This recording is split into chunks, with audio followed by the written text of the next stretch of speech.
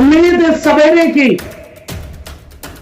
जिसकी रोशनी यहां जो 3 आदमकद मूर्तियां खड़ी हैं, वो यूं तो मूर्ति है डॉक्टर अंबेडकर, महात्मा ज्योतिबा फूले, डॉक्टर अंबेडकर को रखते हो, बिरसा फूले को, और दिल में गोडसे और गोलवलकर का भारत सवेरा। और किस बात का अमृतकाल? क्या इस मुल्क का इस बात के लिए विचार नहीं करना होगा कि आजादी के 75 साल बाद जब तुमने इस देश के लोगों को गुमराह करने के लिए हर हाथ तिरंगा, हर घर तिरंगा, 2022 तक सबको घर दे देंगे, तब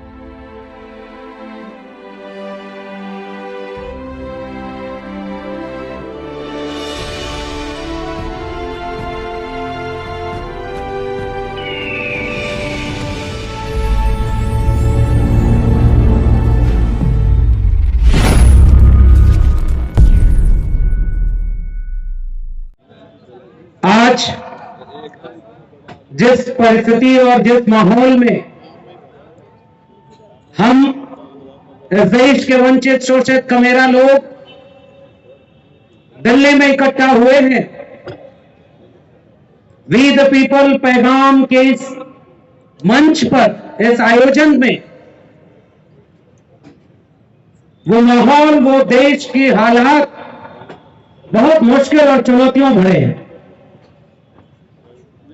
जिन वजहों से, जिन रास्तों से चलकर हमारे जैसे लोग देश के गांवों से निकलकर यहां तक पहुंचे, वो रास्ते बंद किए जा रहे हैं। मगर ऐसे वक्त में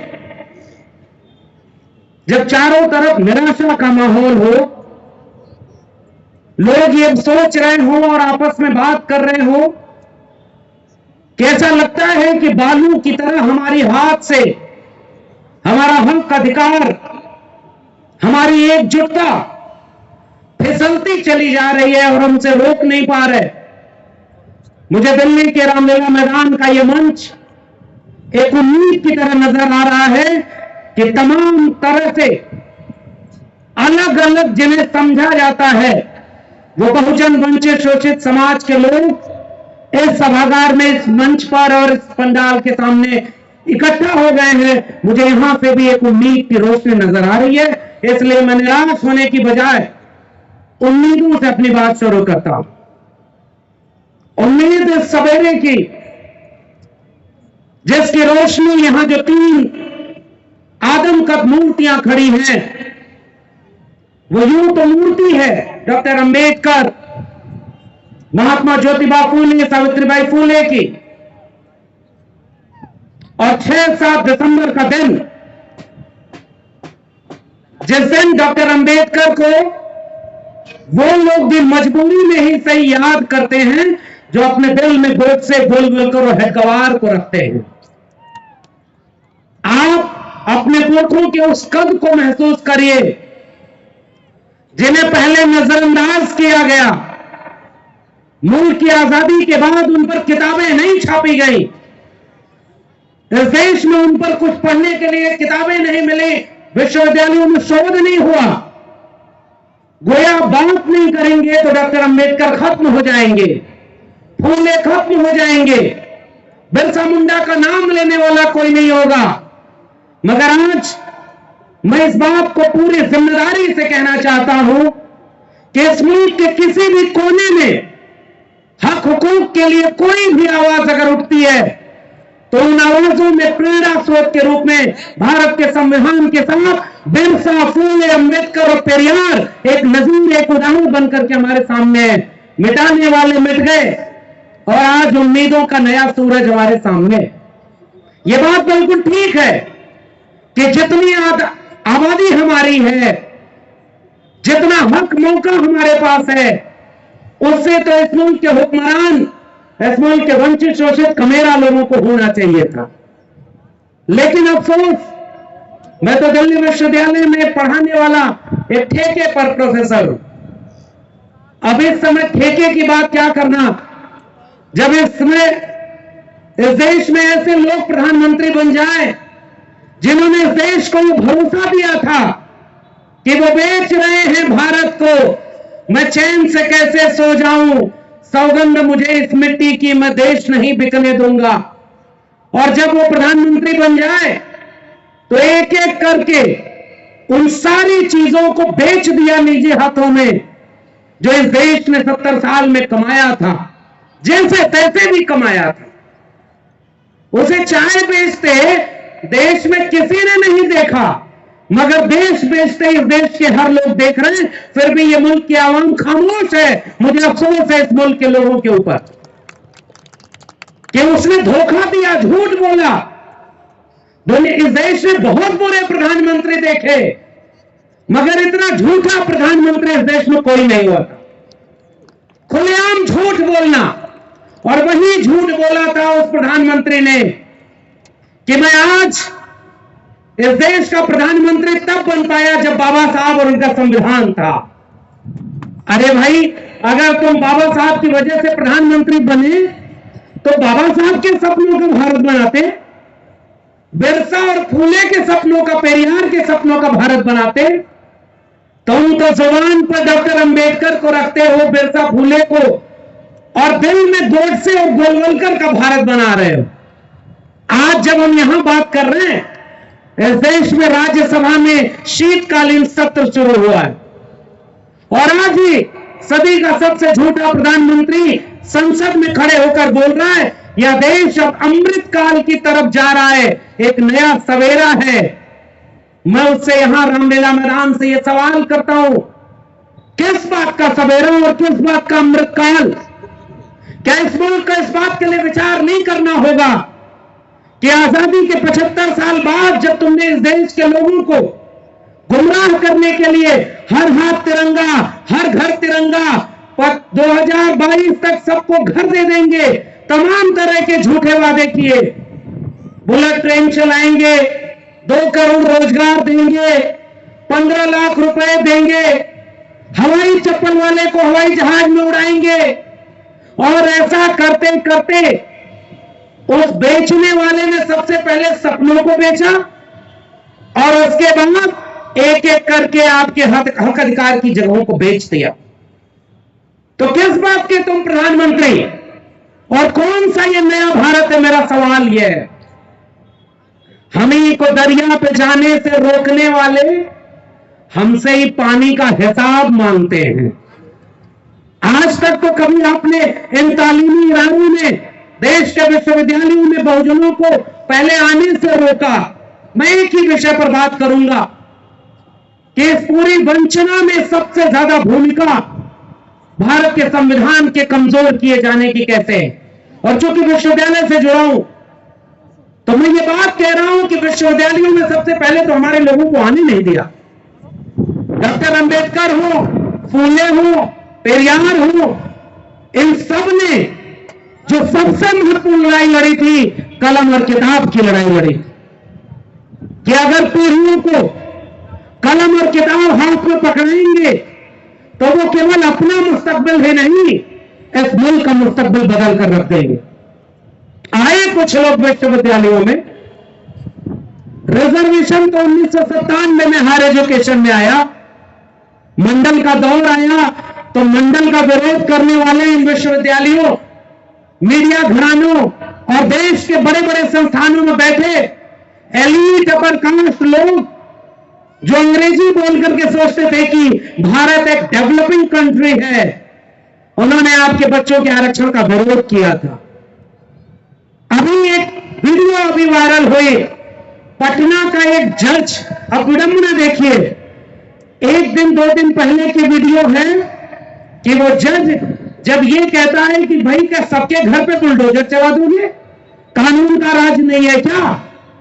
तो वो जज इस देश के तमाम प्रगतिशील लोगों को बहुत पसंद आता है, एक नायक बनकर कि चलो भाई सारे जज बिके नहीं हैं, सारे कॉलेजियम से आकर के अपने रिश्तेदारों को जज बनवा करके सरकार की हां में हां मिलाकर न्यायपालिका को इस कार्यपालिका का गुलाम नहीं बना दिए। सारे जज राम मंदिर का फैसला आज सुनाए, कल राज्यसभा की शपथ में ऐसे नहीं हो गए। कुछ जज अच्छे भी हैं जो अच्छा फैसला सुना रहे हैं, सबने सर आंखों पर बिठाया। और जब उसी जज की एक वीडियो आई कि एक व्यक्ति जो सामने खड़ा है उसके ऊपर वो पटना हाई कोर्ट का जज कहता है, क्या भाई आरक्षण से आए हो क्या? और उसके बाद पूरे कोर्ट परिसर में एक ठहाका लगता है। ये है आजादी के अमृत महोत्सव मनाने वाले मुल्क की हकीकत। अब आप कहते हैं कि भाई हम लोग ये शिकायत करते हैं अपने गांव के लोगों से, कम पढ़े लिखे लोगों से, कि उनको पढ़ने का मौका नहीं मिला तो वो पाखंड में बसी है, वो कांवड़ हो रहे हैं, वो अंधविश्वास में जी रहे हैं, और जब पढ़ लिख लेंगे तो समझदार बन जाएंगे। इस जज को, जो जज बना है, पता नहीं कॉलेजियम से ही बना है, किसी की रिकमेंडेशन से बना होगा, वो इतना पढ़ लिख करके उस ओहदे पर बैठकर जब आरक्षण का मजाक बना सकता है, तो कल्पना करिए एम्स से लेकर के देश के बड़े बड़े केंद्रीय विश्वविद्यालयों में आरक्षण पर कितना अपमान जलील हुआ होगा आपके अपने समाज का एक एक शख्स, जिसको मेरिट के नाम पर दुत्कारा गया। जब इस देश में करोड़ों रुपए देकर के कोई डॉक्टर बना तो उस पर कोई चुटकुला नहीं बना कि इसने सीट खरीद करके डॉक्टर बन करके पेट में कैंची छोड़ दी हो। लेकिन अगर कोई आरक्षण से डॉक्टर बना तो लोगों ने मजाक बनाया है। अगर किसी ने आरक्षण से नौकरी ली तो इस देश के कुलपति प्रिंसिपल नहीं बनाया गया कि भाई कोटे से आया है। और जब 10% सुदामा आरक्षण आया तो वो सारे चुटकुले बंद हो गए। ये कौन सा देश है भाई? और मेरिट की बात करने वाले, उत्तर प्रदेश में एक वैकेंसी निकली, उस वैकेंसी में शेड्यूल कास्ट की मेरिट जाती है कट ऑफ 35 नंबर और ईडब्ल्यूएस की मेरिट जाती कट ऑफ 3 नंबर। यानी जो मेरिट वाली थे, मुखस्य जायते ब्राह्मण बाहुर नाम क्षत्रिया, जो मेरिट के नाम पर आरक्षण वालों को गाली देते रहे, जब एक ओपन एग्जाम हुआ और ईडब्ल्यूएस का बैसाखी भीख उन लोगों को मिली तो शेड्यूल कास्ट वाले लोगों से 20 गुना नीचे मेरिट निकली। ऐसे जनों ने हमारे लोगों को अपमानित किया है। और इसलिए मैं केवल एक गुजारिश करने आपके बीच में आया हूं, इन नकली लोगों से डरने की जरूरत नहीं है। ये झूठे लोग हैं जो इस देश के 48 केंद्रीय विश्वविद्यालय तो इस समय है। इस देश का प्रधानमंत्री जब चुनाव लड़ने जाता है तो कहता है कि मैं ओबीसी मां का बेटा हूं। ओबीसी लोग मुझे वोट दे भी रहे होंगे, बहुत सारे ओबीसी लोग। मैं तुमसे एक सवाल पूछता हूं, हर मंच से जाकर सवाल पूछता हूं, चलो छोड़ दो ओबीसी होने के बाद भी हम तो तुमसे उम्मीद भी नहीं करते कि तुम छत्रपति शाहू जी, महात्मा ज्योतिबा फूले, सावित्रीबाई फूले और डॉक्टर लोहिया और तमाम लोगों को जानते होगे। हम तो तुमसे उम्मीद भी नहीं करते, क्योंकि मेरे विश्वविद्यालय से पढ़े हो, एंटायर पॉलिटिकल साइंस किए हो और उसकी भी डिग्री तुम्हारी झूठी है, इसलिए हम तुमसे ज्यादा उम्मीद नहीं कर रहे। बन गए प्रधानमंत्री। लेकिन एक बात बताओ, अगर इस मुल्क के किसी भी कोने में जाकर तुम कहते हो कि तुम ओबीसी हो, तो इस देश में प्रधानमंत्री रहते हुए तुमने 8 साल में एक बार भी मंडल कमीशन का अगर नाम लिया हो तो मुझे बताओ, तब मैं मानूंगा कि तुम असली ओबीसी हो। ये गोडसे, गोलवलकर और हेडगवार के वारिस जब मौका मिलता है तो 80% हिंदुओं एक हो जाओ कहते हैं, और जब वोट लेना होता है तो ओबीसी नाम लेते हैं। मंडल कमीशन आया तो मंडल के विरोध में कमंडल आने वाले लोग कौन थे? मंडल किसके लिए आया था भाई? और इसके मंडल के विरोध में सरकारें गिर गई। ये रामलीला मैदान ऐतिहासिक है, बहुत बड़े बड़े लोग यहां पर बैठे हैं, बहुत अनुभव है भाई। हमारे जैसे लोगों के पास क्या है? विघ्न जो है वही जबान पे है और कोई खास बात नहीं हम में, इसलिए हम यहां सच बोल रहे हैं। और ठेके में प्रोफेसर होने के बाद भी हम जानते हैं कि इतना बोलने के बाद कोई प्रोफेसर की नौकरी क्या ही देगा। जब झंडे वालान से तय हो जाए कि वाइस चांसलर कौन बनेगा तो हमको पता है कि हमारा सच क्या है। लेकिन मैं केवल इसलिए ये बात बोलता हूं कि मैं इस मंच पर खड़े होकर के भी वही सच दोहरा रहा हूं। कल था 6 दिसंबर और अपने पुरखों को याद करते हुए कह रहा हूं, अगर इस देश में भारत का संविधान और मंडल कमीशन न होता तो मैं आज आजमगढ़ जैसे गांव में जाकर जिले में कहीं भैंस गाय चरा रहा होता। मैं इस देश के केंद्रीय विश्वविद्यालय, दिल्ली विश्वविद्यालय में प्रोफेसर कभी नहीं बन पाता। तो अपनी मेरिट के दम पर तो यहां तक आ गए और अब तुम्हारे भरोसे भीख मांग करके या झंडे वाला में घुटने टेक करके तो नौकरी मांगने नहीं जाएंगे। बहुत सारे लोगों को नौकरी मिल गई, बहुत सारे लोग SC ST OBC घरों के वाइस चांसलर बने बैठे हैं, बड़े बड़े पदों पर हैं। मगर मैं याद करता हूं कि बड़े बड़े परमानेंट लोगों को कोई नहीं जानता, बड़े बड़े ओहदे पर मिनिस्टर और बड़े बड़े ब्यूरोक्रेट को कोई वो सम्मान नहीं देता जो मुझे और इस मंच पर बैठे हुए संघर्ष करने वाले लोगों को सम्मान मिलता। मुझे ऊर्जा केवल इस बात से मिलती है, ऐसे लोगों के बीच आकर के मिलती है कि हम जब आंख बंद करें तो इस बात का अफसोस ना हो कि जिस सीढ़ी पर चलकर हम संविधान और मंडल कमीशन से होकर यहां पहुंचे, हमारी आंखों के सामने जब उन सीढ़ियों के एक एक डंडे तोड़े जा रहे थे तो हम खामोश नहीं बैठे थे, हम बोल रहे थे, हम जानते थे और ये सवाल पूछ रहे थे कि देखो इस देश में हिंदू के नाम पर एक झूठ फैलाया गया। कोई हिंदू नहीं है भाई, अगर हिंदू है तो पहला हिंदू वो जितेंद्र मेघवाल क्यों नहीं था जिस बच्चे को मटका छूने पर मारा, किसी मुसलमान ने नहीं मारा। इंद्र मेघवाल को किसी मुसलमान ने नहीं मारा, रोहित वेमुला पाल तड़वी को किसी मुसलमान ने नहीं मारा। और ये नमूने टीवी पर बैठकर बिकी हुई मीडिया और बिके हुए अखबार से कहते हैं कि इस देश के हिंदू एक हो जाओ, तुम्हारे मुसलमानों से तुम्हें खतरा है। मैं आपसे केवल एक गुजारिश करने वाला हूं, और वो सब आप जानते हैं, मंडल कमीशन के खिलाफ आंदोलन करने वाला मुसलमान था क्या? जब हायर एजुकेशन में 2006 में मंडल पार्ट 2 लागू हो रहा था तो उसका विरोध दिल्ली विश्वविद्यालय, JNU और एम्स में खड़े होकर मुसलमान कर रहे थे क्या? अरे भाई, मंडल का लाभ, आरक्षण का लाभ इस देश के उन्हीं SC ST OBC को तो मिलने वाला था। तो मंडल के विरोध में कमंडल कौन लेके आया? मंडल के विरोध में रथ यात्रा कौन लेके चला? और इसलिए आज भी कह रहा हूं, अगर इस देश का प्रधानमंत्री OBC है, 27 कैबिनेट मिनिस्टर्स ने OBC बना दिए, तो एक बात बताओ, प्राइवेट सेक्टर में आरक्षण, प्रोन्नति में आरक्षण यानी प्रमोशन में reservation, education reform, land reform, वित्तीय निगमों की स्थापना, ये सारी तो मंडल कमीशन की रिकमेंडेशन है। एक झूठा OBC प्रधानमंत्री अगर आज भी सच्चे में डॉक्टर अंबेडकर और मंडल को याद करता है तो आज ही घोषणा करे कि जाति जनगणना कराएगा और प्राइवेट सेक्टर में भी रिजर्वेशन लागू करेगा। हमारी ये मांग होनी चाहिए और इस मंच पे यही मांग है। पूरा देश को बेच रहा है, पूरे देश को बेचते बेचते कभी मां के साथ तस्वीर, कभी एम्बुलेंस निकल रही है भाई उसके गाड़ी को ओवरटेक करते हुए, देखा होगा आपने। SPG की सिक्योरिटी में कोई गाड़ी नहीं जा सकती, एम्बुलेंस जाती है जिसमें कैमरा लगा होता है। वोट डालने जा रहे हैं तो वहां पर रैली कर रहे हैं। पूरे देश को एक हिप्नोटाइज कर लिया है। पता ही क्यों कर लिया है?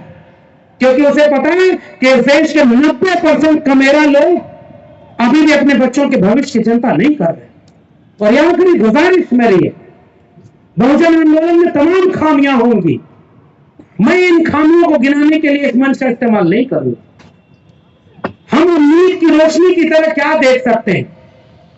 अब सब कुछ बेचने वाले लोग, सब कुछ को खत्म किया जा रहा है, तो आपके पास बचाने के लिए क्या है? कोविड में जब सारे सरकारी अस्पताल जान बचा रहे थे, प्राइवेट अस्पताल बंद थे, फिर भी एक एक कर सरकारी अस्पतालों को बेच दिया, BSNL बेच दिया, रेलवे बेच दिया, स्टेशन बेच दिया, एक एक करके सारी चीजें बेच दी हैं। ये वी द पीपल के लोग एक सवाल पूछते हैं कि भाई ठेके में कोई रिजर्वेशन क्यों नहीं है? इस देश के 90% लोगों के पास 90% जमीन क्यों नहीं है?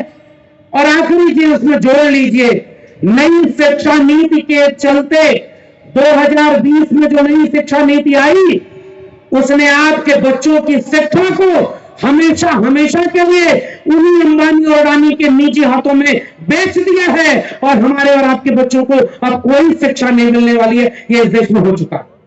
संविधान बचा रहेगा। संविधान दिवस के दिन कितना भी बड़ा झूठा प्रधानमंत्री हो, कितना भी कोई रबर स्टैंप, कोई भी मंत्री विधायक बना दिया जाए, वो संविधान की शपथ लेंगे, संविधान के अंदर के जितने अधिकार है वो खत्म कर दिए गए। और इसलिए नई शिक्षा नीति आप गांव में जाकर देखिए सरकारी स्कूलों में किन के घरों के बच्चे पढ़ते हैं। सबसे ज्यादा 90% कमेरा लोगों के घरों के बच्चे सरकारी स्कूल में पढ़ते हैं, जहां न इमारत है न शिक्षक है, तो शिक्षक की जरूरत नहीं। और सिलेबस बन रहा है नया नया, कुछ दिनों बाद आप किताब में पढ़ेंगे जैसे सिनेमा बन रहा है, पता है ना, कुछ जो टीवी एक्टर, सिनेमा के एक्टर विमल पान मसाला, दाने दाने में केसर का स्वाद, और कभी ना अपने गुटखा खाते हैं ना अपने बच्चों को गुटखा खाते खिलाते हैं, और पूरे देश के लोगों को गुटखा खिला रहे हैं, पान मसाला खिला रहे हैं कि नहीं।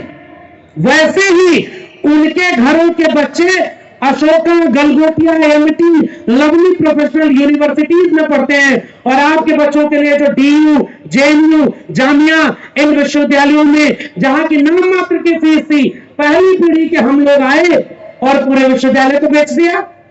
हमारे भोजपुर में कहावत है, खेलब में खेले दे, खेलवे बिगाड़ब।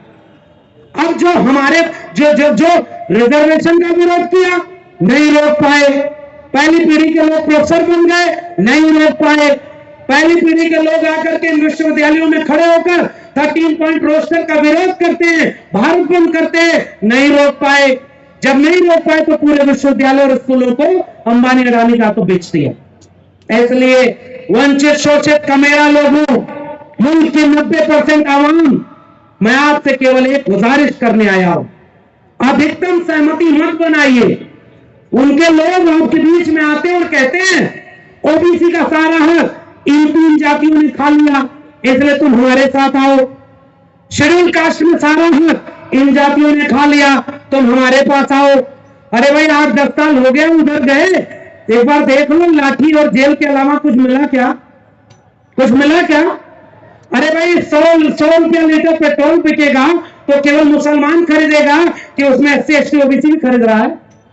अगर 200 रुपया लीटर पेट्रोल और सरसों का तेल, 1200 रुपए जो LPG गैस, महंगाई, बेरोजगारी, करोड़ों करोड़ लोगों के रोजगार चले गए, शिक्षा के तालीमी इदारे बर्बाद कर दिए गए, तो हमारे भी बच्चे मारे जाएंगे ना। तो ये जो दुश्मन हमारे बीच से हमारे सामने खड़ा किया जाता है और हमारे लोग हमारे दुश्मन बन जाते हैं। इन बारिशों से दोस्ती अच्छी नहीं फराज, कच्चा तेरा मकान है कुछ तो लिहाज कर। और मैं उम्मीद की तरह अपनी बात को खत्म करूंगा केवल यही कि माना कि स्याह रात नाम लेती नहीं ढलने का, यही तो वक्त है सूरज तेरे निकलने का। मीडिया बिक गई थी तो ये बहुजन समाज के लोगों ने अपनी जबान को अखबार और अपने हाथ में कलम और यूट्यूब चैनल का एक वीडियो बनाने का जिम्मा लेकर के मेन स्ट्रीम मीडिया को 2 दर्जे का बना दिया और घर घर अपनी आवाज बुलंदी से पहचान रहे। गांव में हम जाते हैं तो लोग हमसे कहते हैं कि साहब आपको सुनते हैं तो बड़ी हिम्मत मिलती है। सच कहें तो हम तो डरे हुए लोग हैं। जब हमारे गांव में कोई व्यक्ति मुझसे कहता है जिसे मैं नहीं जानता कि आपकी वो पाठशाला मैंने सुनी थी, मुझे हिम्मत मिल जाती है कि बाबा साहब के समय तो बड़ी मुश्किल से जनता प्रबुद्ध भारत मूक नायक निकालना पड़ा, बंद हो गया अखबार, फूले साहब का अखबार बंद हो गया, अकेले थे ये लोग, लड़कर हमें यहां तक पहुंचा दिया। आज इतने लोग खड़े हैं और इस मंच को देखिए, बहुत अरसे बाद दिल्ली में इतना बहुरंगी, समावेशी और ताकत का मंच बना है। मैं यहां एक उम्मीद की तरह एक बात कहकर जा रहा हूं, बाबा साहब की मूर्तियां बनवाने वाले, जोर से जय भीम बोलने वाले आपको झूठ बोल करके आएंगे ताकि गोडसे, गोलवलकर और हेडगेवार के संघ के भारत को बना ले जाएं। उनसे सजग रहिएगा और उनसे एक बात कहिएगा, तो मूर्तियां बना रहे डॉक्टर अंबेडकर की, अच्छी बात है। अरे भाई इस देश में सबसे ज्यादा मूर्तियां अगर तोड़ी गई तो वो भी डॉक्टर अंबेडकर की थी। क्या मूर्ति तोड़ने से डॉक्टर अंबेडकर का कोई नुकसान हुआ? तुमने एक मूर्ति तोड़ी और 10 नए अंबेडकर के वारिस खड़े हो गए, और आज ये अंबेडकर के सपनों का भारत बनाने के लिए, शिक्षा बचाने के लिए, रोजगार बचाने के लिए, शौचालय और देवालय की राजनीति का एक ही जवाब है, स्कूल, कॉलेज और विश्वविद्यालय बचाओ, अपने आने वाली पीढ़ियों को बचाओ, शिक्षा और रोजगार को बचाओ, वरना इतिहास बदल दिया गया है। सिनेमा बन रहा है ना कि मोहम्मद गोरी को पृथ्वीराज चौहान ने मार दिया था। 4 हाथ 24 गज अंगुल निष्ठ प्रमाण, ताऊ पर सुल्तान है मत चूको चौहान, झूठे एक किताब लिखी गई और उसमें सिनेमा बना दिया और इतिहास बदल दिया। कल को सिलेबस में पढ़ाया जाएगा कि एक आदमी जब बचपन में बहुत छोटा था, तालाब में भगवा झंडा डूब रहा था, तालाब में कूद गया वो बच्चा, भगवा झंडा को ले आया और मगरमच्छ के बच्चे को भी बगल में दबा कर ले आया। कुछ दिन बाद वो बच्चा भीख मांगने चला गया, रेलवे स्टेशन पर चाय बेचा, 35 साल तक तपस्या किया, उसके बाद भारत का प्रधानमंत्री बन गया। 10 लाख का सूट पहना, करोड़ों रुपए के जहाज में चलता है, लाखों रुपए उसके प्रचार पर खर्च होता है, पूरे देश को बेच दिया और फिर भी झूठ बोला। मेरा क्या है जी, हम तो फकीर आदमी है, झोला लेके चल पड़ेंगे। मैं आपसे कहता हूं हमारे और आपके बच्चों का क्या होगा। इसलिए आखिरी गुजारिश, बहुत कुछ बर्बाद हो चुका है, न्यूनतम सहमति पर अधिकतम एका बनाइए, छोड़ दीजिए कुछ चीजों को, वो नहीं सुधरेंगी। लोग कहते हैं इतने संगठन हो गए, अरे भाई सदियों की भूखी नस्लें दोनों हाथों से खाती। इसलिए मैं तो ये खुश होता हूं कि जितने संगठन हो गए उतनी जगह पर बातें मनाई जा रही है।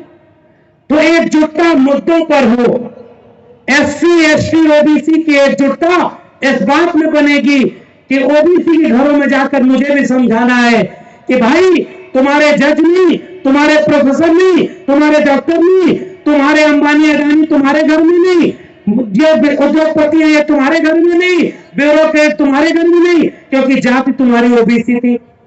दलित का शोषण भी जाति के नाम पर, ओबीसी का शोषण भी जाति के नाम पर, आदिवासियों को जा रहे हिंदू बनाने, वनवासी कहने। आदिवासियों के बीच में राजस्थान पिछले दिनों गया और वो आदिवासियों को कहते हैं कि डॉक्टर अंबेडकर तुम्हारे नेता नहीं है, और लाखों लोगों की भीड़ में सबसे केंद्र में जो उन्होंने तस्वीर लगाई थी वो बाबा साहब डॉक्टर अंबेडकर की लगाई थी। तो ये नफरत के सौदागर हमें तोड़ रहे हैं। हम मोहब्बत के लोग हैं, हमारे पुरखों के हाथ में कलम और किताब थी, हमें भी मोहब्बत से इस देश में नफरत को रोकना है। भारत का संविधान और मंडल कमीशन में जब तक थोड़ी भी असर बाकी रहेगी और एक उम्मीद की तरह से 1-1.5 साल बचा है, कम से कम उतना भारत बचा लीजिए, उतना संविधान बचा लीजिए, उतना मंडल कमीशन की रिपोर्ट बचा लीजिए जितना हमें विरासत में मिला। वरना आने वाली पीढ़ियां जब हमसे पूछेंगी कि सब कुछ हो रहा था तो तुम क्या कर रहे थे, मैं कम से कम सुकून से कह सकूंगा कि बिना अपनी नौकरी की चिंता किए, बिना बुलडोजर की चिंता किए, बिना जेल की चिंता किए, हम कुछ जुनूनी लोगों के साथ कंधे से कंधा मिलाकर इस मुल्क के आईन, इस मुल्क के दस्तूर और इस मुल्क के मंडल कमीशन को बचाने के लिए लड़ाई लड़ रहे थे। बहुत बहुत धन्यवाद। जय भीम, जय मंडल, संविधान जिंदाबाद, उलगुलाम जिंदाबाद, इनकलाब जिंदाबाद।